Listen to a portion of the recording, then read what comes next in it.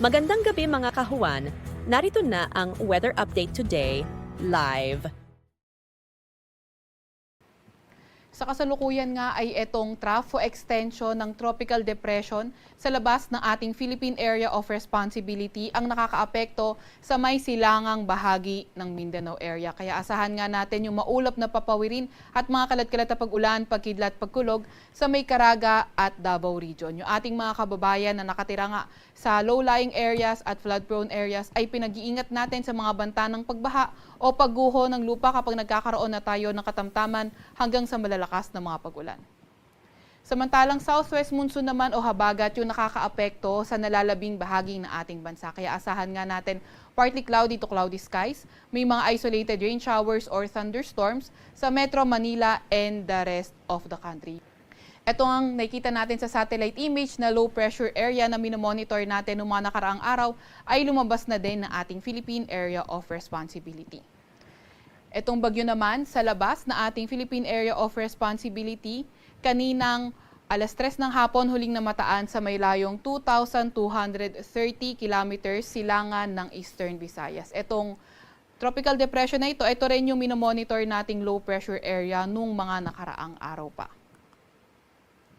Inaasahan nga natin na posibleng direksyon na tahakin itong tropical depression ay northwestward. Posible rin itong pumasok na ating Philippine Area of Responsibility by either Thursday or Friday, and by that time, posible na nga rin itong ma-enhance yung southwest monsoon o habagat, and then mas i-discuss natin later on the slides yung mga areas na pwedeng paulanin ito.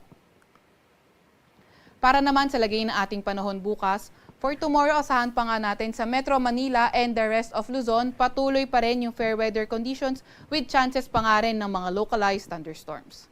Agwat ang temperatura bukas sa Metro Manila, 26 to 32 degrees Celsius, 25 to 32 degrees Celsius sa may Tugigaraw at sa may Legazpi, 17 to 23 degrees Celsius sa may Baguio, 24 to 32 degrees Celsius sa may Lawag, at 23 to 31 degrees Celsius sa may Tagaytay.